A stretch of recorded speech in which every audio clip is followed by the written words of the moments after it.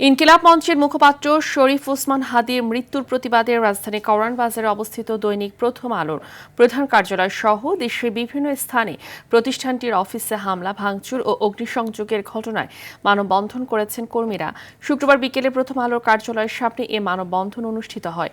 গতকাল রাতে দৈনিক প্রথম আলো ও ডেইলি স্টার ভবনে হামলা ভাঙচুর ও অগ্নিসংযোগের ঘটনা ঘটে। একই অবস্থা ধানমন্ডির ৩২ নম্বরের শেখ মুজিবুর রহমানের বাড়িতেও সকালে লোকজনকে হাতুড়ি দিয়ে ভাঙা বাড়িটির অবশিষ্ট অংশ গুড়িয়ে দিতে দেখা যায়। এদিকে ঐতিহ্যবাহী সাংস্কৃতিক সংগঠন ছায়ানট ভবনে হামলা ও ব্যাপক ভাঙচুর করা হয়েছে, দেয়া হয়েছে আগুন। গেল মধ্যরাতের পর একদল বিক্ষোভকারী ধানমন্ডির ৭ তলা এ ভবনের বিভিন্ন তলায় গিয়ে প্রতিটি কক্ষে ব্যাপক ভাঙচুর করে।